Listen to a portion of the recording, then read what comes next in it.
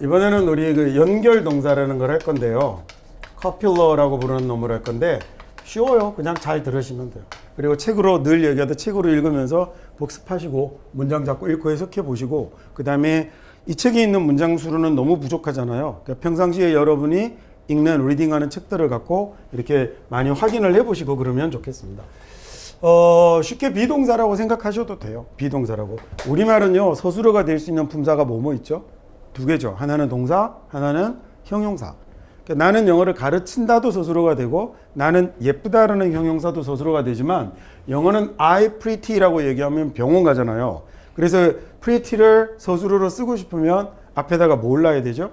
비동사를 놔서 형용사를 서술어로 쓰도록 만들어줘야 되죠. 그렇게 형용사를 서술어로 만드는 동사를 뭐라고 하냐면 copular verb라고 쓰기도 하고 그냥 copulous라고 쓰기도 해요. linking verb라는 연결 동사하고 같은 얘기가 되는 겁니다. 자, 그러면 이러면요.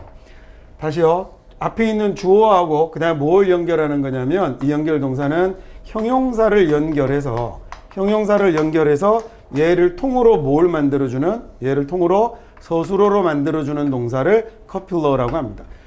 여러분이 주로는 여태까지 뭐라고 들어왔던 거냐면 이 형식 불완전 자동사다라고 얘기를 들어왔던 거거든요. 그렇게 생각하셔도 되는데 그 기왕이면 좀 뽀드 있게 좀 수준 있게 연결 동사 또는 copular라고 하면 좀 더 딱 놓고 좀 있어 보여요. 그리고 이 형식 동사라는 말이 별로 이렇게 좋은 말이 아니어서 이렇게 알아두셨으면 좋겠습니다.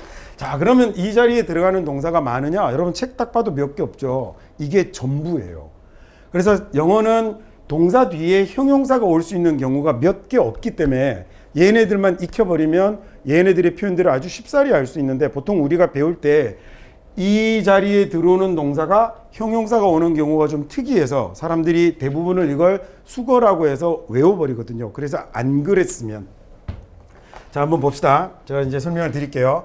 먼저 이 자리에 들어오는 놈들은 그래서 주어가 형용사인 상태임을 나타내는 말이 되는 거예요. 그래서 이때 이 상태를 나타내는 동사의 이 커플러 동사의 최고봉은 뭐가 되는 거냐면 당연히 여러분도 너무 잘 알고 있는 비동사가 이 자리에 오죠. 상태를 나타내는 동사 중에 최고봉은 뭐라 그래도 비동사입니다. 근데 하나 알아두실 게 다른 놈들은 다 뒤에 뭐가 온다고요? 형용사가 오는데 얘는 형용사만 오는 게 아니라 뭐도 올 수 있죠? 비동사만 유일하게 뒤에 명사도 올 수 있죠.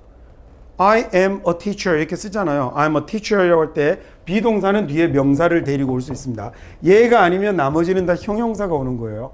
근데 여기 있는 동사가 별다른 게 아니라 여러분이 흔히 보던 건데 뒤에 형용사가 오면 커플러지만 형용사가 안 오면 다른 동사가 되는 거예요. 그러니까 이게 우리 앞에서 동작동사 상태동사라는 얘기를 잠깐 했었는데 어려운 얘기 아닌데 처음 듣는 얘기라 어렵고 헷갈릴 수 있어요. 예를 들어 get이 형용사가 오면 상태동사예요. 근데 get이 뒤에 만약에 명사가 오면 이 동사에 해당되지 않는 거예요. get이 뒤에 명사 오면 뭐 되죠? 얻다, 구하다, 받다라는 동사가 되고 get이 뒤에 명사가 오면 전치사가 오면 뭐 된다고요? 이동, 움직임을 나타내는 동사가 되죠. get이 형용사가 되면 앞에 있는 주어의 상태를 설명하는 말이 되는 거예요. 자, 좀 이따 보면서 봅시다. 상태를 나타내는 동사 중에 최고봉은 단연코 비동사입니다. 근데 비동사는 그 책에 있는 것처럼 고정된 상태라고 생각하셔도 좋고 특정 시기의 상태를 나타내는 말이다라고 생각하셔도 좋습니다. 자, 그 다음에 두 번째 뭐가 있냐면 상태의 변화를 나타내는 이런 동사들도 있어요. 얘는 상태의 변화를 나타냅니다. 이 동사들이 들어오면 앞에 있는 주어가 형용사의 상태로 변화를 하고 있다라고 생각하면 되는데 이때 상태의 변화를 나타내는 동사 중에 가장 많이 쓰이는 놈이 옛날에는 become이었어요.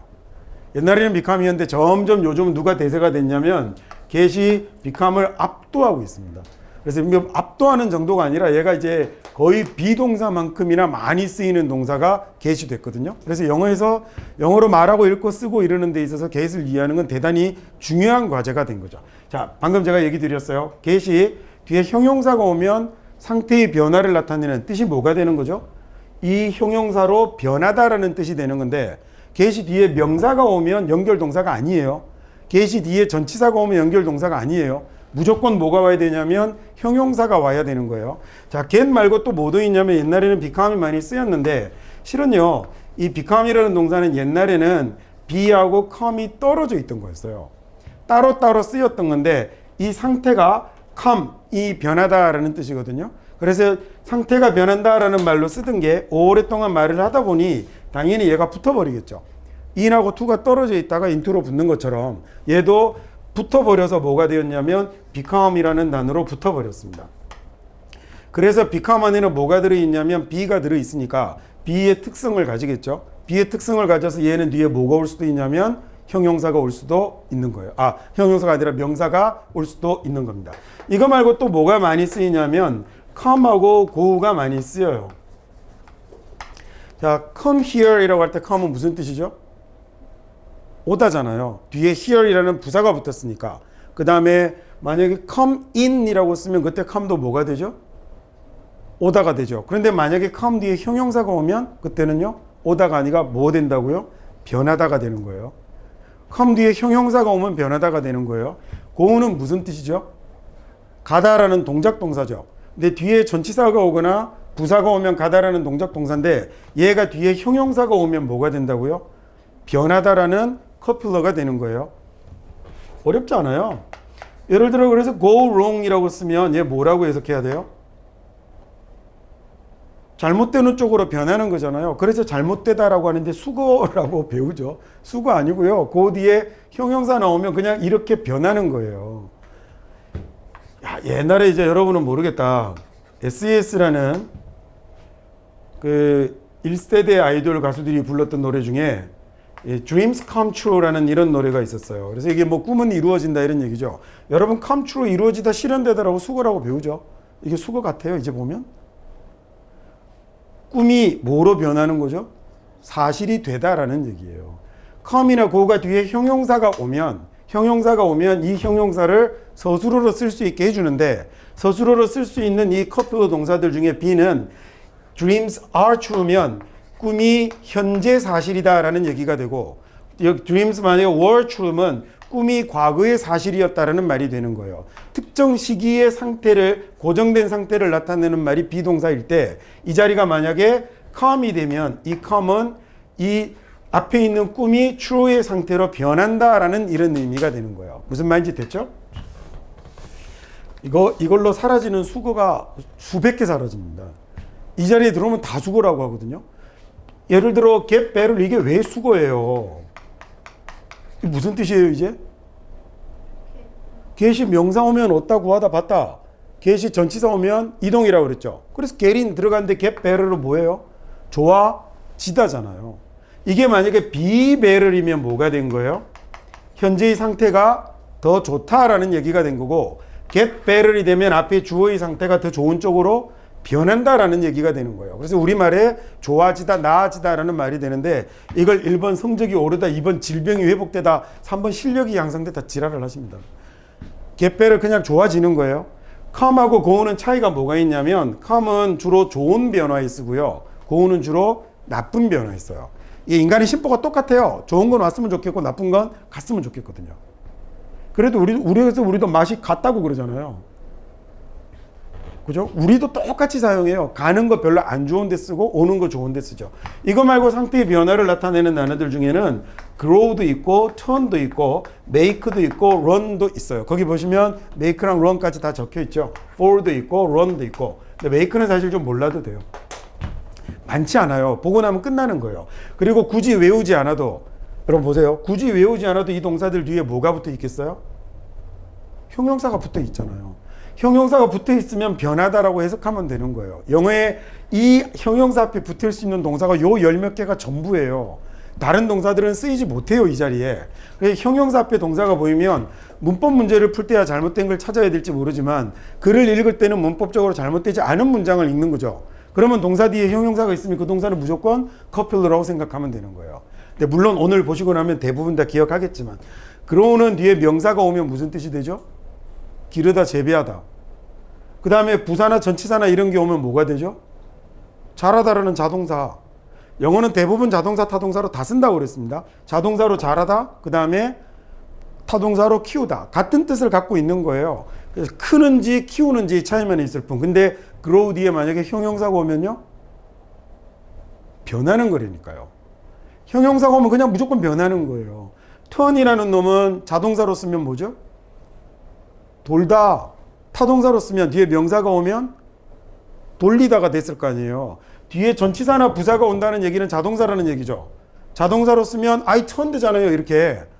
얘가 만약에 뒤에 I turned choke 명사가 오면 어지러워 돌았더니 돌리다가 됐을 거 아닙니까? 근데 만약에 turn 뒤에 형용사가 오면요, 뭐예요? 돌리면 안 되는 거예요. 그때는 뭐죠? 변하다예요. My face turned pale 이라고 쓰면요, 내 얼굴이 창백해졌다라고 해야죠. 됐습니까? fall이라는 말은 뭐예요? 타동사로 쓰면 떨어뜨리다, 자동사로 쓰면 떨어지다. 뒤에 형용사 오면 뭐라고요? 어린이 여러분, 형용사 오면 뭐라고요? 변하는 거라니까요. 그래서 fall asleep이라고 쓰면 잠 들다라고 하는 거예요. be asleep이면 뭐죠? 현재 자고 있는 상태를 나타내는 말이고, fall asleep이라고 쓰면 잠이 드는 과정으로 변하는 걸 나타내는 거예요. 됐죠? run도 그럼 마찬가지겠죠? 뒤에 형용사가 오면 얘는 그렇게 많이 쓰이지 않거든요. 여기까지만 하셔도 돼요. 얘네들은 뒤에 명사가 오거나 전치사가 오거나 부사가 오면 안 돼요. 뭐가 오면? 형용사가 오면 다 변하다라는 뜻이에요. 근데 이거 말고요, 상태의 변화 말고 뭘 나타내는 말도 있냐면 상태의 유지를 나타내는 말도 있어요. 상태의 유지를 나타내는 말은 세 가지가 주로 쓰여요. keep하고 stay하고 remain하고. 뒤에 뭐 와야 된다고요? 형용사 와야 돼요. keep 뒤에 명사 오면 무슨 뜻이죠? 보관하다, 유지하다 이런 뜻이잖아요. 근데 keep 뒤에 형용사 오면요, keep silent이라고 하면 조용한 상태를 유지해라는 얘기잖아요. 우리말이 닥쳐 아닙니까? 조용히 해. 그때 be silent은 뭐가 되는 거죠? 조용하다가 된 거죠. become silent이면 뭐 되겠어요? 조용해지다가 되는 거죠. 그 다음에 keep silent이면 조용한 상태를 유지하다라는 말이 되는 거예요. 그 다음에 stay라는 단어는 뭐예요? 머물다, 숙박하다라는 동작이지만 얘가 만약 뒤에 형용사가 오면요, 유지하다라니까요. 유지하다. 딴 거 생각하면 안 된다니까요. 그래서 stay alive라고 하면 살아있다라고 하죠. 살아있는 상태를 유지하다라는 뜻 아닙니까? 마지막에 이제 얘가 시험에 잘 나오는데요. 얘는 상태는 상태인데 뭐의 상태를 나타내냐면 감각의 상태를 나타냅니다. 인간의 감각이 총 몇 가지예요? 5가지라고들 잘못 알고 있죠. 인간 감각 엄청 많아요. 이 5가지는 원래 누가 얘기한 거냐면 저기 그리스 철학자들이 아리스토텔레스 아저씨가 또 플라톤 아저씨가 5개를 너무 좋아해서 세상을 구성하는 요소는 뭐 물, 불, 흙 이렇게 5개 뭐 이런 데서 오감이 나온 건데 현재 과학적으로 확인된 감각만 22개 정도 있어요. 여러 가지 감각이 있어요. 근데 우리가 통칭 5가지만 얘기하죠. 그러니까 언어는 과학에서 만들어진 게 아니라 인간들의 실생활에 만들어졌으니 5개의 감각이 있겠군요. 그렇죠? 그러면 그 시각을 나타내는 감각의 연결 동사는 뭘 쓰냐면 look을 씁니다. look을 쓰면 이러한 상태로 보이다가 되죠. 그래서 you look so beautiful 이라고 형용사를 쓰지 you look so beautifully 라고 부사를 쓰면 틀리는 거예요. look이 동작 동사가 되면 뭐가 되죠? 보다. 뒤에 뭐가 붙어요? 전치사. 그래서 look up to 존경하다, look at 보다, 다음에 look down on 쓰면 멸시하다, 깔보다 이런 말이 되는데 look 뒤에 형용사가 와서 look pretty가 되면요, 예뻐 보이는 거죠. 보이는 상태입니다. 그 다음에 들리는 건 동사 뭐 쓰냐면 sound 씁니다. hear 아니에요. hear은 동작 동사로만 쓰고 hear 뒤에 형용사 올 수 없어요. sound 뒤에 형용사가 오는 거예요. 야, 그래서 your voice sounds so sweet 이라고 sweet 이라고 쓰면 야, 네 목소리 너무 부드럽게 들려라는 얘기가 되는 거죠. 우리말로는 그렇게 번역할 거고 영어면 너의 소리는 부드러운 상태이다라는 이런 말이 되는 거겠죠. 자, 그 다음에 냄새 나는 건 smell 쓰고요. 맛보는 건 taste 쓰고요. 그 다음에 촉각, 느껴지는 건 뭐 쓰냐면 feel 쓰는 겁니다. This clothes feels soft라고 써야 돼요. 부드럽게라고 한다고 해서 softly 쓰면 안 되고 아주 부드러운 상태로 느껴진다라는 얘기가 되는 거죠. 이게 전부예요. 여기에서 그래서 아까 얘기한 것처럼 뒤에 얘네들은 항상 뭐가 붙어야 되죠? 형용사가 붙어야 하는데 말이에요. 형용사가 붙어야 하는데 형용사가 안 붙는 우리는 오다, 가다, 잘하다, 돌리다, 떨어지다 이렇게 배워놨거든요. 그래서 형용사가 나오면 이상하니까 얘를 전부 다 수거라고 얘기를 해버리는 거예요. 이제는 그러면 얘네들이 붙는 건 전부 다 수거 아닌 거 됐죠? 뒤에 형용사가 붙으면 뭐예요? 상태입니다. 근데 각각 느낌의 차이가, 뉘앙스의 차이가 특정 시기의 상태, 상태의 변화, 상태의 유지, 그 다음에 특정 감각의 상태 이렇게 되는 거예요. 됐죠? 이렇게만 익혀도 수거가 진짜 100개 넘게 없어집니다. get better이라는 말을 회복하다, 향상되다 이렇게 하시겠어요? 그냥 좋아지는 거예요. 회복하다는 recover 따로 있는 거예요. 그렇죠? 성적이 나아지다 progress 따로 있어요. 근데 그거 말고 우리도 나아지다라는 말이 있잖아요. 향상되다라는 말 말고 그것처럼 이 사람들도 이런 쉬운 동사들을 가지고 하는 표현들이 있단 말입니다. 연결 동사 됐고요. 그 다음에 우리 이제 아름다운 수요 동사를 한번 가볼까요?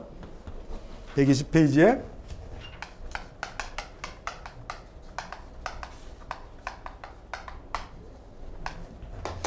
수요 동사 어느 날 연구하다가 딱 생각이 딱 떠올랐는데 혼자서 밤에 좋아서 낄낄거리고 거울 보고 역시 나는 천재야 막 생각했던 그런 기억이 납니다. 이 수요 동사는 그래서 그 얘기를 학생들한테 막 해주면서 야 이걸 생각해내더니 난 천재 같지 않냐라고 얘기하면 학생들이 다 비웃더라고요. 수요 동사라는 이런 포맷은 영어에만 있어요. 누가 봐도 단어의 문장이 좀 미련 맞죠? 잘 보시면 주어 있고요. 동사 있고 그 다음에 여기 사람이 나왔으면 이 사람에게 무엇을 이라고 할 때 유럽의 모든 언어들은 여기다 뭘 달고 가냐면 전치사를 달고 사물을 쓰거든요. 주는 대부분은 사실은 사람이 안 오고 뭐가 오냐면 사물이 오고 전치사가 오고 사람이 오는 형태로 쓰는데 이 영어라는 언어가 굉장히 이렇게 뭐 내가 얘기한다고 해서 외교 문제를 일으키진 않겠죠. 이게 영국이라는 나라가 되게 위치상 외지고 이래서 이게 좀 되게 좀 찐따처럼 살았었거든요. 그래서 이게 또 요새는 말 한마디만 잘못하면 막 너무 무서워서 이게 이렇게 유라시아 대륙이라고 생각해 보면 여기가 영국, 여기가 일본. 그래서 이 두 나라가 되게 비슷해요. 그러니까 여기가 중국에서 한반도를 거쳐서 넘어간 문화가 온통 짬뽕되고 영국도 비슷해서 영국은 또 영국이 갑자기 그 세계 중심으로 나오는 건 소위 아주 쉽게 배가 발달하기 전에는 쳐들어갈 생각도 잘 안 했고 얘네들이 기어 나올 생각도 잘 안 했어요. 이거 가서 뭐 하게요? 일본 여기 가서. 그래서 외세의 침입을 거의 받지 않았던 거죠. 근데 자기들은 대신에 선박 기술이 발달해서 나중에 와 밀고 나오지만 뭐 그렇다고 해서 중국이나 조선은 어디 선박 기술이 없었습니까? 근데 영국은 아주 뛰어난 얘네들도 더 거의 비슷한 경로를 겪어요. 그래서 근데 영국은 진짜 여기는 그래도 먹을 거나 많이 나죠. 이쪽 바다가 먹을 게 많은 어류들도 많고 이랬잖아요. 그리고 일본은 쌀 농사도 잘 되는데 영국은 쌀 농사도 안 되고 기후도 거지 같거든요. 예, 영국 프리미어리그 축구 보면 뭐 전혀 아무 때나 막 눈 내리고 아무 때나 비 오고 이러잖아요. 거기는 뭐 맨날 그래서 영국 신사들이 맨날 우산을 갖고 다닌다고 그러는데 아무 때나 비 와서 갖고 다니는 거예요. 그냥 날씨도 거지 같고 찐따 같은 나라에서 저 땅을 아무도 안 노렸는데 그리고 심지어는 너무 무능해서 이 사람들이 막 나중에 막 그 온갖 민족들의 지배는 다 봤거든요, 영국이. 그래서 막 자기들 게르만족의 대이동이라고 들어보셨죠? 이게 쳐들어올 때는 자기 나라를 남의 용병을 불러서 지켜달라고 애걸 하기도 하고 그래요. 그러니까 되게 불쌍한 역사를 지녔다가 그러다가 프랑스하고의 이렇게 그 프랑스의 식민 지배를 영국이 한 300년 정도 받거든요. 1000년부터 1300년 정도, 300년 정도 지배를 받다가 그러다가 이게 지금 괜히 하는 거 아닙니다. 그러다가 이제 그 싸움의 과정을 통해서 자기들의 능력치도 향상되고 이러면서 나중에 15세기 이후에 배를 타고 밖으로 나오기 시작하면서 갑자기 영국이 뭔가 엄청난 주도권을 잡기 시작하는 거죠. 그러다 이제 영국의 시대는 슬슬 이제 맛이 가고 있지만 자, 그래서 영국의 언어가요, 수준이 낮았어요. 다른 유럽의 언어들이 굉장히 고급스러운 그 문법들을 활용한 언어를 쓰고 있는 반면에 그래서 잘 보시면 유럽의 언어들은 동사의 어미 변화 이런 것들이 많은데 영어는 동사 어미 변화가 없죠. 3인칭 단수하고 과거형 말고는 안 변해요. 여러분 다른 제2외국어 배워보시면 동사들이 다 변하거든요. 그나마 게르만어의 영향을 받아서 쉽게 독일어죠. 독일어에 보면 하벤이라는 동사가 있어요. 얘가 영어에 들어와서 have가 되는 거거든요. 그래서 얘는 그나마 1, 2, 3인칭에 따라서 동사가 좀 변화를 하는 거예요. 약간 영향을 받은 거죠. 영어는 1, 2, 3인칭에 따라서 변하는 동사, 비동사, have 동사밖에 없죠. 그러니까 얘는 솔직히 영어는 별로 과학적인 언어는 아니에요. 근데 지금 세계 패권 국가가 영어를 모국어로 하고 있기 때문에 영국이 온 세상을 100년이 넘도록 지배하면서요. 전 세계로 휩쓸고 다니면서 영국의 언어를 어쩔 수 없이 받아들였는데 이 세대 교체가 만약에 다른 나라로 됐다면 중국어로 만약에 되었다면 어찌 됐을지 모르죠. 근데 영국을 누르고 2차 대전을 계기로 세계 패권 국가로 부상한 나라가 미국이어서 계속해서 영어가 세계 최고의 언어로 이제 자리를 잡았고 그러면서 참 묘하게 이제는요 글로벌 시대가 돼버리면서 영어의 전파 속도가 더 빠른 속도로 퍼져나가 버린 거예요. 그래서 향후에 그래서 이게 한 3, 40년 전만 해도 그래서 일본어가 영어만큼이나 힘을 쓰던 시절이 있었거든요. 왜냐하면 아시아 국가였잖아요. 그러니까 아시아에서는 일본어가 통하던 시대가 있었습니다. 영국이 세계 패권 국가였음에도 미국이 세계 패권 국가였음에도 불구하고 그래서 그때 뭐라고 그랬냐면 중국어가 앞으로 향후에 굉장히 전망이 좋을 거라고 얘기했지만 우리가 예상치 못했던 인터넷 등등을 통한 세계의 지구화가 이렇게 하나로 만들어져 버리는 게 너무 빠른 속도로 일어났고 감히 이제 짧은 시간 내는 그래서 일본어나 중국어는 점점 쓰임새가 자국으로 국한될 거고요. 아마 전 세계의 공용어로 영어가 자리를 잡을 가능성은 아주 솔직히 저만 그렇게 생각하는 거 아니에요. 너무 불을 보듯 빤하다고 여겨집니다. 유럽연합도 그래서 공식 언어가 뭐가 됐죠? 영어가 됐죠. 참 그러니까 영어가 운이 좋은 거예요. 프랑스하고 독일하고 유럽연합의 주도권을 놓고 싸우던 시절에 불어로 하자 독일어로 하자 서로 지기 싫거든요. 그래서 합의된 게 영어예요. 사실은 웃기는 일이 굉장히 벌어져 버렸지만 유럽연합이 그때 프랑스가 지금처럼 힘이 좀 없었다면 지금은 유럽연합에서는 독일이 넘버원이잖아요. 그 시절에는 팽팽했는데 만약에 그때 독일이 그렇게 압도적이었다면 유럽연합의 언어는 독일어가 됐을 가능성이 더 많거든요. 근데 그 시절에는 팽팽했기 때문에 싸우다가 이제 영어가 돼버리는 영어는 이래저래 향후에 여러분 잘 못하면 앞으로 계속 사는데 괴로울 거예요. 말이 길어졌는데요. 그래서 영어는 명사 하나 쓰고요. 동사 하나 쓰고 명사 쓰고 명사 쓰고 이 내용 갖고 명사에게 명사를 줬다라는 말을 전달하던 아주 낮은 수준의 언어였어요. 그리고 원래 그 영국이라는 땅에서 쓰던 단어도 짧고 되게 쉬워요. 원래 그래서 그 시절에 쓰던 영어는 여러분이 어떻게 생각하시면 되냐면 이게 아주 쉬운 중학교 때 봤던 단어들이 주로 영국 본토에서 생겨났던 영어라고 생각하시면 되고 그 이후로 외부의 언어가 마구 들어오는데 결정적 역할을 담당했던 게 프랑스의 식민 지배거든요. 왜 우리도 일제강점기에 고작 35년 일본이 우리 언어를 말살하는 정책을 그것도 언어 말살 정책은 사실 뒤에 가서 잠깐 썼던 건데도 한국어 일본어가 영향을 엄청 끼친 것처럼 영어에는 불어가 어마어마한 영향을 끼칩니다. 그래서 프랑스의 그 식민 통치자들은 자기들은 불어로 얘기했을 거 아니에요. 그죠? 그러면 그 불어를 알아듣는 그 영국 사람들이 자기들 평민에게 전달할 때는 영어로 전달을 했겠죠. 그래서 그 불어를 풀어서 영어로 쓰는 소위 구동사라는 이런 표현들도 등장하고요. describe는 영어에 없던 단어거든요. 뭐 지금은 영어지만 1000년 전에는 없었다는 얘기죠. 1000년 전에. 그래서 이 말을 듣고 이걸 영어로 풀어주면서 생긴 말이 뭐냐면 write down이라는 말이 생기게 된 거예요.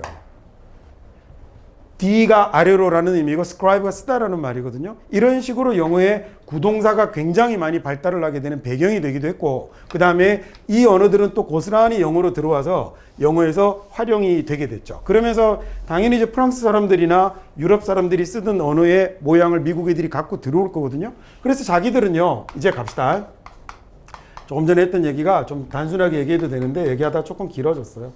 자, 이렇게 쓰던 소위 간접 목적어라고 얘기하고 직접 목적어라고 얘기하는 사람하고 사물로는 이런 모양을 쓰다가 와 이거 프랑스 애들이 쓰는 걸 보니까 말이에요. 프랑스 애들이 말을 쓰는 거 보니까 얘네들은 주다라는 동사를 쓸 때 조금 다르게 쓰는 거예요. 영어권 사람들은 주다라는 동사가 따로 있지 않죠. teach라는 동사가 있는데 가르치다라는 말이 있는데 가르치다가 명사 하나만 나오면 가르치다가 되고 얘가 명사가 2개 연속해서 나오면 누구에게 무엇을 가르치다로 썼던 거잖아요. cook이라는 동사가 있는데 요리하다라는 뜻으로 썼는데 얘를 명사 쓰고 명사만 있으면 요리하는 건데 뒤에 명사 2개 연속하면 요리에 주다라는 말로 썼던 거잖아요. 이렇게 영어가 조금 수준이 낮았다고요. 많이 발달한 과학적인 언어는 아니었는데 얘네들이 자꾸 보다 보니까 이 유럽 애들은 다른 유럽의 언어들은 전부 여기다가 뭘 집어넣냐면 전치사를 집어넣어서 아주 멋있게 이 사물이 사람에게 이동하는 모양을 나타내는 거예요. 그러면 이게 영어에 영향을 끼쳐요, 안 끼쳐요? 끼치겠죠, 당연히. 그래서 영어권 사람들도 점점 영국 본토에 살던 옛날 영어를 쓰던 사람들, 미국이 생기기 전이니까 1000년 전입니다. 여러분, 한반도에 1000년 전이면 무슨 나라예요?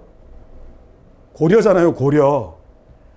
이게 진짜 옛날 얘기를 지금 하고 있는 거예요. 그래서 어쨌든 걔네들이 영향을 받아서 이 영국 사람들도 어떤 말을 하기 시작했냐면 이렇게 쓰지 않고 여기다가 뭘 넣는 사물을 먼저 가져다 놓고요. 여기다가 이제 드디어 얘네들도 뭘 등장을 시키냐면 전치사라는 놈이 옛날 영어에는 그래서 없었어요. 전치사를 등장을 시키고 이 다음에 뭐가 나오는 사람이 나오는 형태로 문장을 쓰게 된 거죠. 이거 여러분이 학교에서는 뭐라고 배우신 거예요? 사형식을 뭘로 바꾸는? 삼형식으로 바꾸는 거다라고 이렇게 배우신 거예요. 그리고 이 자리에 전치사는 뭐가 들어가냐면 전치사가 총 3개 들어가죠. 뭐뭐 들어갑니까? to가 가는 경우도 있고 for이 가는 경우도 있고 of가 가는 경우도 있죠. 자, 이렇게 들어가는데 각각 쓰이는 동사들 외워야 되고 어쩌고 저쩌고 이렇게 하잖아요. 제가 요거 안 외우게 해드릴게요. 그리고 안 외우게 해드리면 여러분은 저를 존경하셔야 되는데 안 할 것 같군요. 먼저 of는 그냥 외우면 돼요. of 쓰는 동사는 ask 하나밖에 없어요. 제 책에는 이렇게 설명이 되어 있을 텐데 다른 문법책에 보면 ask 말고 inquiry 나오는 경우도 있거든요. 우리나라 문법책에 이렇게 나오는 경우가 있는데 얘 안 씁니다. 그냥 ask 하나만 쓰니까 얘는 그냥 외워버리시면 되고 to하고 for만 구별을 하시면 돼요. 자, 여기서 이제 한 가지 더요. 여기에 주다라는 말에 send라든지 그 다음에 cook이라든지 이렇게 짧게 생겨 먹었네. 짧게 생겨 먹었어요. 짧게 생겨 먹은 얘네들은 얘를 사형식을 삼형식으로 쓰는데 여기 잘 보면 introduce 같은 이런 단어들이 있어요. 이런 단어들은 딱 봐도 intro 그 다음에 doc라는 말이 들어가면 이끌다라는 lead라는 어원이 되는 거거든요. 이런 단어가 들어온다든지 explain 같은 이런 단어가 들어오면 이건 밖으로라는 접두사에다가 어근을 붙였네. 이렇게 딱 보이면 얘네는 원래 영어에 있던 없던 단어인 거예요. 자, 그럼 봅시다. 우리가 쓰는 말이 너무 촌티 나는데? 라고 생각해서 얘를 유럽 애들이 쓰던 말을 따라서 이렇게 바꿔 쓰기 시작을 한 거예요. 그러면 원래 유럽에서 사용했던 단어들은 이렇게 바꿔 쓸 일이 없겠죠. 좀 더 멋진 말이 이미 들어와 있는데 얘를 옛날 자기들의 말 형태로 바꿔 쓰지는 않겠죠. 무슨 말인지 되셨어요? 한국 사람들이 미용사라고 하지 않고 갑자기 미용사를 헤어 디자이너라는 틀린 말입니다. 영어로 뷰티션이라고 해요. 근데 헤어 디자이너라고 이렇게 말을 바꿔 쓰면 미용사가 헤어 디자이너하고 공존을 하지만 영어에 들어왔던 단어가 그대로 영어로 쓰여버리면 그 영어를 다시 한국말로 바꿔 쓰는 사람은 생기지 않죠. 무슨 얘기인지 이해 가세요? 그러니까 그 문법도 마찬가지여서 외국어가 들어와서 좀 더 발전된 형태의 문장으로 자기네들 말을 바꾸기 시작했단 말이에요. 그러면 원래 뒤에 그 소위 사형식으로 쓰지 않았던 이런 단어들은 영어로 들어와서 얘가 사형식으로 변하는 일이 생기지 않겠죠. 무슨 얘기인지 되셨어요? 그래서 이런 놈들이 여러분 문법책에 보면 뭐라고 되어 있냐면 사형식 불가 동사라고 되어 있는 거예요.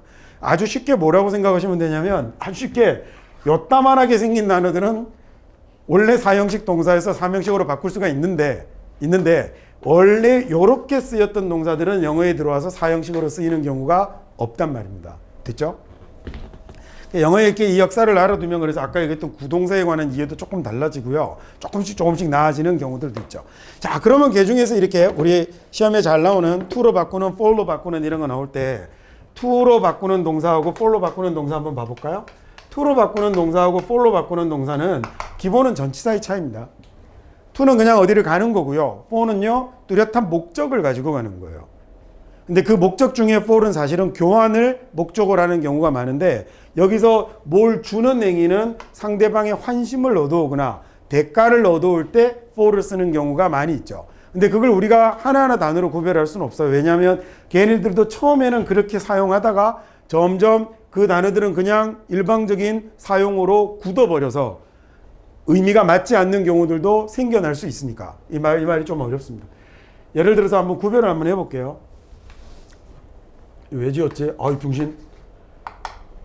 to하고 for를 쓰는 동사 중에 조금 전에 전치사 얘기는 한 가지만 더 해드리면 그래서 나 서울에 가는 to가 가까운데 나 서울을 가라고 할 때 그 을 정도 되면 for에 가깝습니다. 우리말로는 여러분 약간 느낌의 차이가 있잖아요. 서울에 간다라는 말하고 서울을 간다라는 말하고 후자가 뭔가 약간의 방향성과 목적성이 좀 더 뚜렷하게 느껴지잖아요. 그때 그 후자에 해당되는 말이 영어에서 fall이라고 생각하셔도 돼요. 근데 꼭 그것만으로 구별되지는 않아요. 동사 give라는 단어는 to 쓰나요? for 쓰나요? give는 to 쓰죠. 보내다라는 send라는 동사는 to 쓰나요? for 쓰나요? 예, send는 to 씁니다. 그 다음에 가르치다라는 말은요. teach는 to 쓰나요? for 쓰나요? teach는 to 쓰죠. 이게 이제 몇 개 더 쓰기 시작하면 외운 게 한계를 드러내거든요. 그래서 막 그렇게 별로 외우는 거 별로 권하고 싶지 않아요. 구입하다 사다라는 buy는요. 그렇죠. 이제 그만 쓸 것 같죠? 그 다음에 요리하다라는 cook은 얘들아 여기 비었으니까 맞추지 않겠냐? cook은 뭐 쓰죠?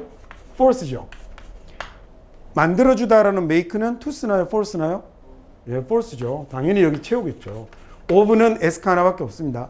근데 사실은 대부분이 to 쓰고요. for 쓰는 게 개수가 적어요. 근데 보통 이제 문법책은 쓸 때 대충 칸이 맞아야 되니까 비슷한 개수로 써놓는 거지. 실제로는 그 대부분은 to를 쓰는 거예요. 여러분 이렇게 써놓고 나면 어떤 차이가 있을 것 같아요? 이 동작을 머릿속으로 사진을 한번 찍어 보시든지 이 동작을 그림을 한번 그려보세요. 그러면 위에 끝하고 아래 건 큰 차이가 있어요. 어떤 차이가 있을까? 위에 있는 건 주다, 보내다, 가르치다라는 말하고 가르쳐 주다라는 동작이 분리되지 않아요. 밑에 있는 건 구입하고 요리하고 만드는 것과 주는 것은 동작이 분리돼요. 사진이 두 개죠. 구입해서 주죠. 요리해서 주죠. 얘는요, 만들어서 주는 건데 가르쳐서 주는 게 아니죠. 됐어요? 얘네들은 그림이 하나입니다. 얘네들은 주다라는 동작이 분리되는 거예요.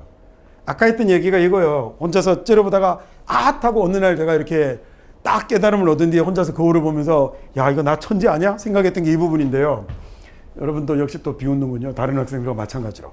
쭉 그래서 거기 나오는 동사들 쭉 보시면 아 그렇군 하고 그 생각이 드실 거예요. 근데 아마 단어 딱 하나가 헷갈리는 게 사실 그 모든 틀을 여기에 맞춰서 짤 수는 없어요. 외국어니까 아 그렇군 하고 이해가 되고 나면 그 다음에는 소위 뭘 봐야 되는 거냐면 자꾸 많이 읽어서 공부하면서 그걸 익히면 끝나는 거거든요. write 하나는 좀 헷갈릴 겁니다. 얘는 근데 써서 주다가 아니고 얘는 편지 쓰다라는 뜻이거든요. 편지를 보내다 편지를 쓰다라는 말이어서 그래서 쟤는 to를 사용하는 게 올바릅니다. 123페이지에 보시면 수요 동사로 착각하기 쉬운 타동사라고 되어 있는 이놈들이 소위 뭐가 되는 거냐면 얘네들을 그 사형식으로 쓰지 않는 동사들이다라는 거죠. 딱 보니 생긴 꼬라지들이 좀 어때요? 단어들이 조금 복잡하게 생겼죠. 반면에 왼쪽 페이지에 전치사 for를 사용하는 동사 이런 거 보니까 딱 봐도 귀엽게 생겼죠. 아, 그러니까 왼쪽에 있는 이 단어들이 사형식으로 쓰는 동사들이 원래 옛날에 영어에서 사용했던 아주 쉽고 간단한 동사들이구나. 반면에 오른쪽에 있는 수요 동사 뭐 이딴 것들은 아, 좀 복잡하고 헷갈리는 동사들이구나라고 생각하시면 될 것 같아요. 사형식 동사 그럼 이해할 수 있겠죠? 이것보다 더 기본인 주다라는 설명 이런 건 여러분한테 안 해도 되잖아요. 그러니까 뭐 기억하면 되냐면 이렇게 바뀌는데 이때 to하고 for를 쓰는 동사의 차이가 뭔지 아시면 되고 그 다음에 여기에서 보았던 단어들은 역으로 거슬러 사형식으로 바꿀 수 없다는 걸 알면 되는 거겠죠. 사형식 동사를 따로 외우는 건 어떻게 공부하면 되는 거예요? 단어 볼 때 여기로 붙여서 외우시면 되죠. 이 단어는 사형식으로도 쓴단 말이에요. 사형식으로도 쓰고 그러면 내가 사형식으로 외워놨는데 사형식으로 나오면 아 이렇게 가는 거구나 하고 그걸 딱 눈도장을 찍어서 쿡이라는 동사의 용법을 익혀버리면 되는 거죠. 쿡은 요리하다라는 동사도 되고 얘는 뭐도 되죠? 요리사도 되죠. 그죠? 요리사도 쿡이라고 합니다. 이거 한국 사람들이 실수를 잘해서 가르쳐 드리려고요. ER이 꼭 사람 같으니까 쿠커라고 얘기하는 사람이 있거든요. 이건 냄비죠, 냄비. 조리 기구입니다. 그래서 I'm a cooker 이러면 나 냄비 이런 말 되는 거니까 이건 좀 조심하셔야 되겠죠. 셰프하고 쿡 중에는 누가 높은가요? 예, 셰프이 높나요? 셰프가 얘가 원래 어디에서 오는 거냐면 캡이라는 단어에서 오는 거예요. 캡이 머리죠. 캡이 머리잖아요. 그래서 머리에 쓰던 모자도 캡이 됐고 그 다음에 얘가 요 동네 말들이 불어 쪽으로 넘어가면 불어 쪽으로 넘어가면, 그러니까 죄송합니다. 이렇게 유럽을 이따위로 그려서 그 얘네들이 말이 막 뒤죽박죽 이렇게 여러 가지들로 섞이는데 위에서 게르만어 쪽의 영향을 받는 불어 쪽의 영향을 받는 그 다음에 이쪽에 우리가 서아시아라고 부르는 이 동네 말의 영향을 받으면 똑같은 단어가 소리가 같은데 글자가 달라지는 경우들이 있기도 하고 그 다음에 같은 글자인데 발음을 뭉개는 경우들이 있기도 한데 이 프랑스 사람들이 크 발음을 좋아하지 않아서 프랑스 사람들이 크 발음이 이렇게 쉐 발음으로 바뀌는 경우들이 굉장히 많이 나와요. 그래서 캡이라는 단어가 이게 활용이 되어서 제가 우두머리를 나타내는 그 셰프가 되고 얘가 나중에 영어로 들어오면 뭐가 되냐면 치프가 되는 거거든요. 그래서 캡이 모자가 돼서 이 모자 같은 걸 쓰고 다녔던 수도승들을 뭐라고 했냐면 카푸친이라고 불렀던 거예요. 장미의 이름 이런 데 나오면 이렇게 뭐 덮어 쓰고 나오는 그 수도승들이 있잖아요. 그래서 커피를 탔더니 걔네들 모자처럼 생겼다고 이름을 카푸치노라고 이름을 붙인 거거든요. 그래서 이게 머리가 되는 거여서 캐피털이 뭐예요? 수도죠. 제일 중요한 거니까. 그래서 첫 번째 묻는 돈 자본을 캐피털이라고 하죠. 여러 가지 뜻을 가지는데 이유가 있어요. 그리고 캐피털이 대문자가 되기도 하죠. 얘가 왜 대문자가 되기도 하냐면 원래 영어에 대문자 소문자 없었어요. 그러다가 걔가 한 14세기쯤 생기는데 그때 그리고 띄어쓰기도 없었어요. 그래서 라틴에 다 붙였었거든요. 그러다가 이제 세종이 한글을 만드는 그런 느낌으로 당시에 유럽의 황제가 야 이거 문장 좀 띄어쓰고 알아보기 좋게 대문자를 만들어봐 라고 해서 첫 글자를 대문자로 쓰게 됐으니 얘가 머리 글자가 돼서 대문자라는 뜻도 된 거죠. 여러분 캐피탈 퍼니시먼이면 그럼 뭘까? 얘 뭘까? 어디를 잘라버리는 벌이겠어요? 이게 참수형 차명입니다. 이걸 자본처벌이라고 할 수는 없잖아요. 그래서 단어도 처음 만들어졌던 유래 이런 것들을 조금씩 익히면 그 단어에 대한 이해 정도나 활용도 정도도 굉장히 많이 높아지는 거죠. 수요도 영국어로 시작해서 이 캡이라는 단어 이야기로 마쳤습니다. 자, 이제 우리가 흔히 문장의 오형식이라고 얘기할 때 남아있는 거 오형식 하나 남았네요. 주어, 동사, 그 다음에 목적어, 목적격 보호가 나오는 걸 오형식이라고 하는데 이때 일반적으로는 이 문장의 오형식이란 건 지난번에 제가 얘기했죠. 그 스티어니어스라는 이 영국의 궁정학자가 그 발표한 논문에 보면 나오는 얘기인데 그 사람은 실제로 문장의 오형식이라는 얘기를 쓰지 않았어요. 뭐라고 그랬냐면 동사 하위 구조 5가지라는 이 논문에 보면 그 5번째 나오는 내용이 이 내용이고 그걸 우리가 뭐라고 부르는 거냐면 오형식이라고 얘기하는데 이 문장의 오형식이란 말을 만든 건 일본 사람들이에요. 그래서 일본 사람들이 그걸 그 1917년도일 거예요. 아마 그때 걔네들 교과 과정에 문장의 오형식을 반영해서 영어를 해석하도록 그렇게 지침을 내리는데 1917년도면 일제강점기죠. 그죠? 그래서 영어 교육이 우리나라도 일본 애들을 통해서 이루어졌기 때문에 그게 고스란히 그대로 이식이 된 거죠. 근데 이 스티어니어스라는 이 영국 궁정학자의 그 100번을 양보해서 오형식이라고 쳐도 그 사람은 여기에서 이 자리에 동작이 들어가는 놈을 이야기하지 않았어요. 그러니까 그 사람이 얘기했던 하위 구조 5가지 중에는 뭐만 들어있었냐면 여기에 명사하고 형용사가 있는 경우만을 얘기하고 있었고 여기에 부정사가 들어가거나 ing가 들어가거나 ed가 들어가는 건 일본 사람들이 오형식에 합류를 시킨 거예요. 그러니까 그 사람의 원연구 논문에는 그와 관련된 얘기가 없어서 사실은 그 동사는 이 오형식 동사하고는 다르게 보는 게 맞아요. 자, 그럼 얘는 이 오형식은 쉽습니다. 아주 단순하게 뭐라고 생각하시면 되냐면 여기가 주어 동사고요. 여기가 다시 주어 동사라고 생각하시면 돼요. 근데 이때는 그냥 동사가 아니라 뭐라고 보시는 게 좋겠냐면 이 자리에 be가 있고 이 자리에 명사와 형용사가 있는 모양으로 이해를 하면 되게 간단한 거죠. 되셨죠? 이게 다예요. 보세요. I made him 이라고 쓰고요. I made him 그 다음에 happy라고 쓰면 명사부터 쓸까요? A teacher 이렇게 쓰고요. 그 다음에 I made him happy라고 이렇게 쓰면 뭐라고 생각하면 되냐면 그냥 he is a teacher, he is happy라고 생각하시면 되는 거예요. 그러니까 주어하고 동사가 서로 이렇게 하나로 엮여 있을 거고 얘하고 얘가 하나로 엮여 있을 건데 이건 우리가 이 형식에서 배웠던 명사, 형용사하고 똑같잖아요. 이 자리에 들어올 수 있는 말이 뭐하고 뭐가 있냐면 명사하고 형용사하고 2가지가 있는 거예요. 이거 해석 못하는 학생 없어요. 그래서 이건 제가 가르쳐 드릴 내용이 아니에요, 사실. 이거 굉장히 단순하게 그냥 이렇게 끝나는 거거든요. 이건 됐고 그 다음에 이제 그러면 정말 중요한 건 뭐냐면 주어가 나오고 이 자리에 특정한 동사들이 들어오면요. 특정 동사들이 들어오면 그러면 그 다음에 뭐가 오는 경우가 있냐면 명사 목적어가 오고요.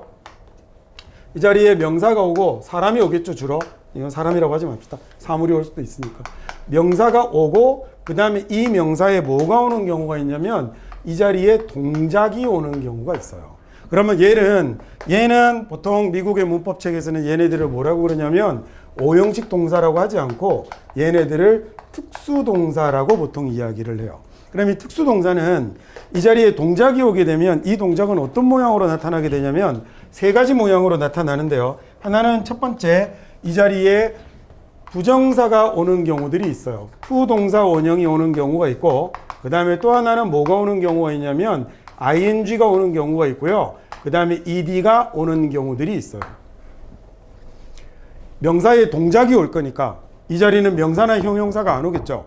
그냥 이해하시면 돼요. 나중에 이 모양은 눈도장으로 익혀두시면 되고 책에 또 제가 또 잘 만들어 뒀으니까 이렇게 나왔을 때 차이가 뭔지를 익히면 되겠죠. 그래서 이 명사가 보통의 일반적인 동작을 나타낼 때 우리가 딱 말할 때 그 동작이라고 생각되는 동작이거나 전체 동작을 나타낼 때는 부정사를 쓰는 거예요. 근데 그에 비해서 ing는 자기 성향이 뚜렷하죠. 진행 중인 동작이고 순간적인 동작이 되는 거예요. 그 다음에 만약에 ed를 쓰게 되면 얘는요, ed니까 완료된 동작이고 얘는 또 더 쉽게 이해하려면 얘는 수동이야 라고 이해를 하면 끝나는 거예요. 이게 기본 모양인데 이 기본 모양이 흐트러지는 것들이 있어요. 그건 따로 외우셔야겠죠. 기본적으로는 이렇게 생겼어요. 그때 이 자리가 to가 들어오게 되면 이런 전체적인 동작, 일반적인 동작, 보편적인 동작을 나타내는구나 라고 생각하시면 되고 ing가 오면 명사가 하는 중이 되는 거죠. 명사가 하는 중 또는 하는 중인 명사가 되는 거니까 진행 중인 순간적인 게 된 거고 얘는 명사가 다 된, 이루어진이라는 수동의 의미를 가지고 있는 완료된 동작을 나타낸다라는 얘기입니다. 자, 그런데 여기서 이 모양이 깨지는 첫 번째가 뭐가 있냐면 주어 다음에 뭐가 왔을 때 소위 지각동사가 왔을 때 제가 깨지죠. 지각동사는 인지감각입니다. 인지감각이에요. 지각동사가 오면 그 다음에 이 자리에 명사가 오고요. 그 다음에 이 자리에 동작이 오죠. 지각동사는 동작이 안 오는 경우 없어요. 그래서 특수동사라고 하는 거예요. 이 자리에 동작이 오는. 그래서 이 명사가 뒤에 뭐가 오냐면 to 동사 원형은 안 오고요. to 동사 원형은 안 오고 이 자리에다가 뭘 생략한? to를 생략한 to가 없는 뭐가 와야 되냐면 흔히 원형 부정사라고도 하죠. 동사 원형의 모양이 남아야 되는 거예요. 지각동사가 오면. 지각동사는 뭐 어떤 거 있나요? notice라든지 그다음 recognize 같은 인지하다라는 말이나 여기는 모든 감각과 관련된 건 다 들어가요. 아까는 우리 뭐였죠? 연결 동사에서는 5개만 있었지만 얘는 거기에 들어가지 않았던 see, hear 이런 거 다 들어가요. 당연 뭐 listen도 들어가고 feel도 들어가고 전부 다 들어가요. 얘네들이 들어가면 얘네들은 이 자리에 뭘 쓰지 않냐면 to를 쓰지 않고 동사 원형을 쓰는 겁니다. 동사 원형을 쓰고요. ingd는 똑같이 나타나요. ingd는 똑같이 나타나요. 쉽게 본다라고 해볼까요? 보다라고 했을 때 to가 빠진 동사 원형을 쓰면 뭐뭐 하는 것을 보았다라는 말이 되는 거고요. ing를 쓰면 뭐 하는 중에 보았다라는 얘기가 되는 거죠. 예문이 있어야 될까요? 만약에 I saw라고 쓰고요. him 쓰고요. 그 다음에 여기다가 cross the street 이라고 쓴 것하고 그 다음에 crossing the street 이라고 쓴 건 어떤 차이가 있냐면 나 그 사람 길 건너는 거 봤어요 라는 얘기가 된 거고 얘는 길을 건너고 있는 중일 때 봤다는 느낌이 들어오는 거예요. 비슷하지만 명확하게 차이가 생겨요. 명확하게 생겨요. 차이가 뭐뭐하는 중임을 봤을 때는 ing고 얘는 주로 전체 동작을 나타내죠. 여러분 부정사 to가 앞에서 한번 살짝 배운 것 같은데 저기 뭐지? 조동사 뭐하고 아주 비슷하다고 그랬죠? 조동사 will에서 온 거예요. 원래는 will, can, may, must 4개의 조동사가 부정사 to로 바뀌는 거예요. 우리 뒷편의 부정사 편에서 배울 거예요. 아직 우리 동사편 안 들어갔으니까 동사편 끝나고 준동사 편에서 배울 건데 원래 부정사가 조동사가 변하는 거거든요. 조동사가 부정사로 변화를 하는데 그 중에서 will의 뜻이 가장 막강해요. will 또는 can. 그래서 부정사는 미래의 일이고 동명사는 제가 뭐라고 그랬어요? 과거의 일이고. 그 나중에 다시 배울게요. 왜 이거 갖고 얘기했잖아요. stop이라는 동사는 뒤에 목적으로 부정사 취해요, 동명사 취해요?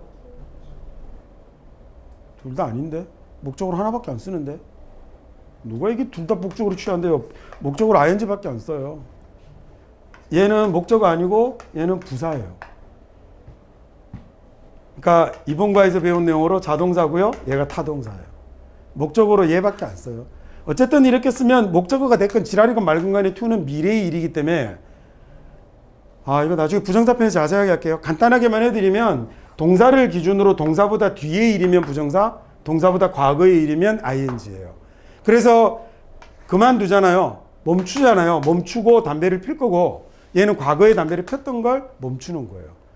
근데 이게 주로 보면 목적어가 뭐가 오느냐에 따라서 뜻이 달라지는 동사라고 그러죠. 세상에 뜻이 달라지는 동사가 어디 있어요? 그 동사 뜻은 그냥 멈추는 거예요. 멈추고 필 건지 과거에 하던 걸 멈출 건지 부정사 동명사가 다르겠지. 어떻게 동사의 뜻이 달라집니까? 어떻게 언어를 공부하는 사람이 그런 이상한 소리를 해요. 동사의 뜻 변하지 않아요? 잊어버렸죠? 그러면 to 쓰면 할 일을 잊어버린 거겠죠. 얘는요, 과거에 했던 일을 잊어버린 거예요. 이거 외우는 거 되게 이상한 짓이에요. 외울 필요 없어요. 그냥 부정사하고 동명사를 제대로 이해하면 끝나는 건데 부정사 동명사 편에 가서 합시다. 그러니까요, 인간의 감각은요, 미래의 일을 인지할 수 없거든요. 됐어요? 미래의 일을 어떻게 인지해요? 과거의 일만 인지하는 거지. 우리 시제편에서 배울 건데 원래 인간이 느끼는 시간은 편의상 과거, 현재, 미래라고 시간대를 설정하지만 엄밀하게 얘기하면 인간에게 시간은 지나간 시간과 오지 않은 시간밖에 없어요. 현재를 어디까지 현재라고 할 건데? 0.00001초로도 현재를 나눠버릴 수 있을 텐데. 그렇죠?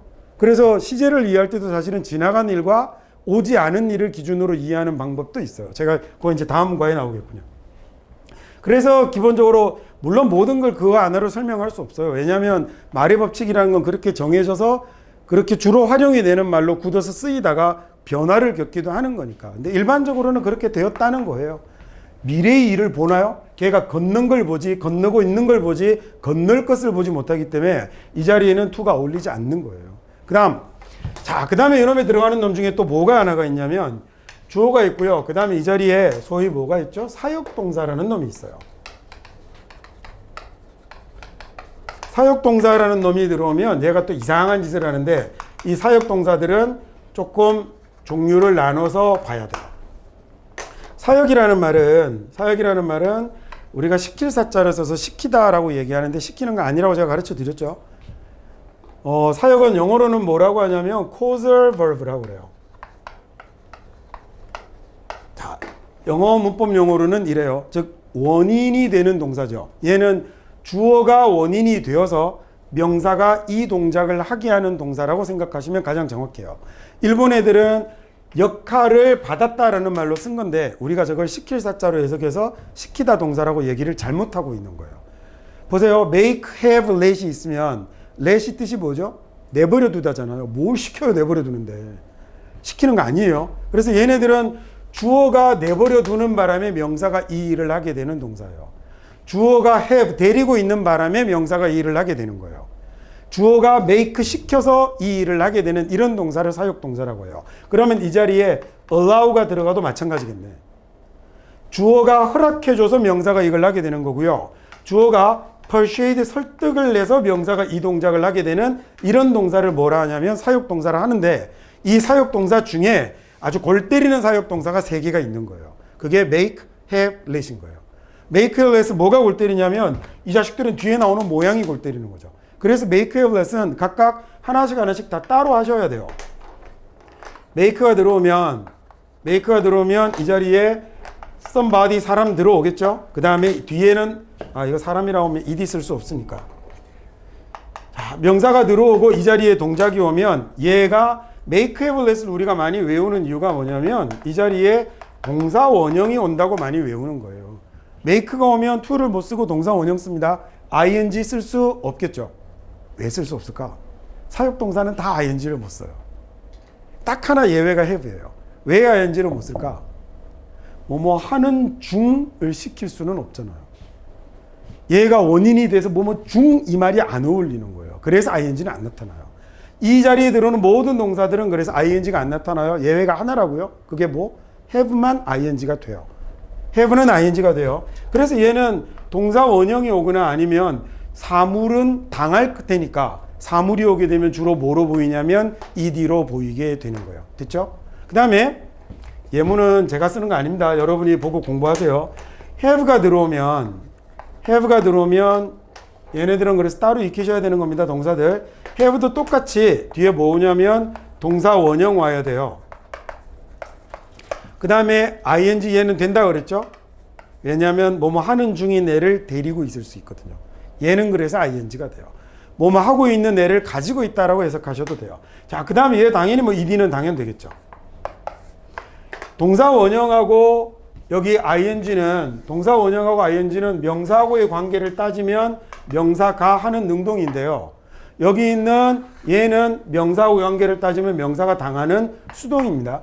물론 사람이 수동이 될 수도 있지만 대부분 그래서 이 자리가 사물이 될 때 주로 ed가 쓰이게 돼요. made him clean the room인데 그러면 the room은요 clean을 당하는 거니까 cleaned를 쓰는 거라고요. 무슨 말인지 됐죠? 주로 그렇다는 얘기예요. 자, 그 다음에 하나가 더 있는데 얘 헷갈려요. 주어 나오고요. 그 다음에 뭐가 있냐면 이 자리에 let이라는 동사, 이놈 짜증나는 놈입니다. 얘 나오면 뒤에 명사 쓰고요. 그 다음에 얘는 뒤에 뭐가 오냐면 동사 원형이 오는 건 make랑 have랑 똑같아요. to를 쓸 수 없는 사역동사 세 가지예요. to를 쓸 수 없는 사역동사 세 가지. 얘 ing 당연히 또 안 됩니다. 사역동사는 기본적으로 ing가 안 돼요. ing가 안 되고 그 다음에 뭐도 안 되냐면 이 버르장머리 없는 놈은 ed도 안 돼요. 그래서 얘는 수동을 쓸 때는 어떻게 써야 되냐면 bed의 모양으로 씁니다. 그러니까 실은 to be ed가 되는 거죠. 그래서 to를 생략해서 bed의 모양으로 수동이 남게 됩니다. 그래서 얘네들이 미국 애들의 지네들의 언어 시험에도 맨날 시험에 나오는 거예요. 자, 그러면 이거 말고 그 다음 페이지를 잠깐 점프합니다. 페이지를 잠깐 점프해서 그 다음 것부터 가르쳐 드릴 건데 아까 봤던 allow라든지 그 다음에요 ask라든지 enable이라든지 그 다음에 encourage라든지 그 다음에 persuade 같은 이런 단어들이 등장을 하면 있잖아요. 많아요. 되게 많아요. 엄청 많아요. 이런 동사들이 등장을 하면 뒤에 나오는 명사가 뭐뭐 하도록 허락을 해주겠죠. 허락을 해주겠죠. 근데 얘네는 그래서 뭐가 올 수 있을까? 뒤에 to 동사 원형이 올 수 있겠죠. ing 올 수 있을까? 똑같이 못 와요. 뭐뭐 하는 중 설득할 수 없잖아요. 뭐뭐 하는 중이라고 허락할 수 없잖아요. 청소해도 되지. 너 청소하는 중 돼. 이거 아니잖아요. 그래서 얘네들도 기본적으로 ing가 안 와요. 자, 그 다음에 얘네들은 ed도 안 와요. 이게 어렵습니다. 근데 이게 이제 고등학교 교과 과정이 아니거든요. 그냥 넘어가셔도 돼요. 얘네들은 ed의 모양을 만들 때도 이게 특정 동사들의 용법에 따라 달라지는 거예요. 특정한 동사들은 ed가 되는 놈도 있고 대부분은 어떻게 써야 되냐면 얘네들은 ed도 to be ed의 모양으로 써야 돼요. 근데 이 자리에 사물이 올 일이 거의 없겠죠. 사실은 이 자리는 사물이 올 일이 거의 없지 않겠습니까? 여러분이 이 내용을 봐봐요. 책상에게 설득하고 이러면 안 되잖아요. 그래서 대부분이 이 자리는 뭐가 오냐면 somebody가 오기 때문에 실은 여러분이 아래쪽에 있는 이 ed의 모양도 거의 볼 일이 없어요. 문법적으로 못 쓰지는 않지만. 됐죠? 자, 그럼 이제 요 페이지에서 앞으로 오시면 help라는 동사가 하나 보일 거예요. 그거 하면 끝나요. 시험에 잘 나오는 것 중에 주어 있고요. get 있고 이렇게 사람, 그 다음에 사물 이렇게 잘 나와요. 자, 이거 굉장히 특별한 동사인 것처럼 취급하는데 아니고요. 그냥 가장 기본적인 특수동사에 해당이 되는 거예요. 그러면 사람이면 주로 뭐 하겠어요? 할 테니 to도 쓰겠죠? 그 다음에 얘는 사물이면 주로 당할 테니 ed 쓰겠죠. 그렇죠? 그래서 얘가 이 모양 갖고 시험이 문제를 굉장히 잘 만드시더라고요. 자, 그러면 왜 여기는 이렇게 꼭 to가 있을까? 잘 찔러보시면 이거 그래서 굳이 안 외워도 돼요. 이제 계속 외우라고 하면 최용 교수롭지 않잖아요. 여기 나오는 to는 좀 전에 제가 얘 원래 뭐였다고요? stop to smoke라고 할 때 to가 뭐라고요? will, 미래. 야, 그래서 명사가 뭐뭐 하라고 뭐뭐 할 것을. 자, 뭐가 들었죠 여기에? 뭐가 들었어요 여기에? will이 들었네. 그래서 to가 들어가는 겁니다. 뭐뭐 하라고 할 것을 허락해주고, 뭐뭐 하라고 부탁하고, 뭐뭐 할 것을 가능하게 해주고, 뭐뭐 하라고 격려해주고, 뭐뭐 하라고 설득하니 이 자리에는 과거 따위는 존재할 수 없는 거예요. 과거에 뭐 한 것을 어떻게 허락해주며, 과거에 한 것을 어떻게 격려하며, 과거에 한 것을 어떻게 설득합니까? 이 자리는 그래서 원래부터 다 미래의 내용밖에 안 오기 때문에 이 자리는 부정사 말고는 못 오는 겁니다. 됐죠? 그래서 ing도 못 오는 거예요. 재미없나? 혼자 신났구만. 마지막으로 동사 help 하나 하고 끝내겠습니다. help 하나 하고 끝내겠습니다. help는 돕다라는 뜻이 될 때는요. 돕다라는 뜻이 될 때는 얘 항상 전치사 with랑 같이 써요. 그래서 사람이 뭐 하는 걸 도우면 help 쓰고 사람 쓰고 with 쓰고 명사 쓰고 이런 형태로 써요. 항상 주로 이런 형태로 써요. 근데 help가 이렇게 쓰이지 않는 경우가 있어요. 제가 여러분한테 여러 번 얘기했지만 이런 걸 그래서 단어의 용법이라고 해요. 단어의 용법이라고 해요. 나중에 대학 가시면 용법 공부 찐하게 한번 잘해보세요. 그래야 영어를 정확하게 써요. 상대방이 알아먹는다고 해서 내가 영어를 잘하는 건 아니거든요. 그렇죠? 그래서 정확한 영어를 구사하실 수 있으면 제일 좋죠. 주어가 있고요. 이 help라는 놈이 뭘로 쓰이냐면 사역동사로 쓰이는 거예요. 그러니까 돕다라는 뜻이 되기도 하고 밀어주다, 보조하다 이런 말이 돼서 이 놈으로 인해서 뒤에 나오는 누가 사람이 뭐 하게 될까? 이 일을 하게 되겠죠. 그래서 얘를 뒤에다가 뭘 쓰게 되냐면 이렇게 할 일을 도와줬으니 to 동사 원형이 오는 건 너무 당연하겠군요. 자, 근데 영어의 반란. 이게 영국 애들이 이렇게 썼어요. 영국 애들이 이렇게 썼는데 영국의 식민지였던 미국은 거리가 좀 멀죠? 영국하고 거리가 좀 멀잖아요. 지금 아메리카는 많이 멀어요. 근데 거기는 거리가 떨어지다 보니까 언어가 자기들끼리 독자적으로 발전한 경우들도 많이 나와요. 그래서 얘네들은 그 미국 땅에 살던 애들은 help를 어떻게 쓰기 시작했냐면 to를 빼고 얘를요 동사 원형만 쓰는 make, have, let 같은 용법으로 help를 쓰기 시작한 거예요. 근데 이 help라는 사역동사가 또 골 때리는 놈이 이 놈은요 뜻이 이중어로 중복되기 때문에 굳이 somebody라는 말이 대명사라면 앞에 나왔던 사람을 다시 받은 거라면 그 사람이 뭐 하도록이라고 얘기하지 않아도 되니까 이 자리에 나오는 놈이 대명사가 될 경우에는 얘를 생략하는 습성이 그 사람들의 언어 생활에서 생겼던 거예요. 그래서 생략해버리니 어떻게 됐냐면 help라는 놈 위에 있는 첫 번째 거부터 생략해 볼까요? 그러면 얘가 뒤에 뭐가 남게 되죠? to 동사 원형이 남게 되죠. 그렇죠?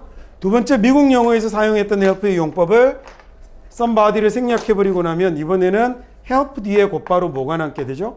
동사 원형이 남게 되죠. 그래서 여러분이 보고 있는 이 네 가지 모양의 help는 사실은요 한 가지 똑같은 help였던 겁니다. 무슨 동사요? 사역 동사요. 근데 요즘 영국 영어에서도 제가 뭐 최근에 영국에 와서 연구한 건 아니지만 영국에 이제 공부하는 선생님들이 하시는 말씀을 들으면 요즘 영국 사람들도 to를 안 쓰고요 그냥 동사 원형의 형태로 많이 쓴답니다. 그래서 수능에는 보기로 뭐가 나온 적이 있었냐면 이 help 동사 원형의 밑줄을 탁 긋고 1번 이렇게 준 적이 있었어요. 학생들이 손 많이 대고 많이 틀렸거든요. 왜? 꼭 동사 두 개가 연속한 것처럼 보이잖아요. 이상해 보이니까 썼지만 얘는 완벽하게 올바른 문장입니다. 됐죠? 한 가지만 더 할까요? 한 가지 얘기 더 하고 이제 특수동사 얘기 끝낼게요.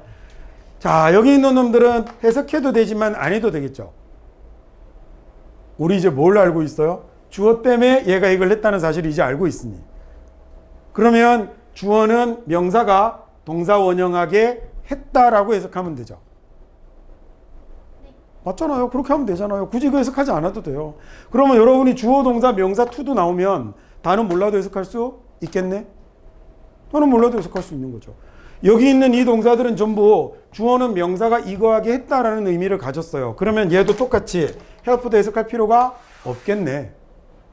주어는 동사하게 했다라고 해석하면 전부 다 끝나는 거예요. 그렇죠? 오히려 여러분이 해보시면 help를 넣으면 그래서 동사 두 개가 연속하면서 뜻이 더 이상해져 버려요. 그러니까 그렇게 해석하지 마시고 얘를 빼고 해석해 가는 게 훨씬 더 잘하는 해석이 되는 거죠. 그런 걸 이제 우리말하고 영어의 차이에 비교해서 올바르게 이해하고 해석하는 해석이라고 얘기를 하는 거죠. 제가 하는 강의 중에 아주 유명한 강의 중에 직독직해라는 강의가 있는데 앞에서 읽는다고 직독직해가 아니에요. 그래서 영어의 논리와 우리말의 논리가 비교가 되어서 영어가 우리말처럼 옮겨져야 직독직해져. 그렇지 않을까요? 굿모닝을 안녕이라고 옮겨야지 굿모닝을 좋은 아침 이렇게 옮길 수 없잖아요. 굿나잇을 잘 자라고 해야지 좋은 밤 이러면 얼마나 웃겨요. 그래서 좋은 아침도 웃겨요. Ladies and gentlemen 이러면 여러분이라고 해야지 그걸 시인사숙녀 이러고 있습니까? 갖다 앞에서 읽었다고 해서 갖다 옮겼다고 해서 직독직해는 아닌 거예요. 그러니까 영어에서 실제로 이 사람들이 쓰는 말이 우리말에 뭐에 해당되는지를 옮겨야 그게 실제로 뭐가 되는 거냐면 우리말로 옮긴 말이 되는 거죠. 됐죠? 그 얘기를 끝으로 이제 일과에 나오는 동사 얘기는 마치도록 하겠습니다.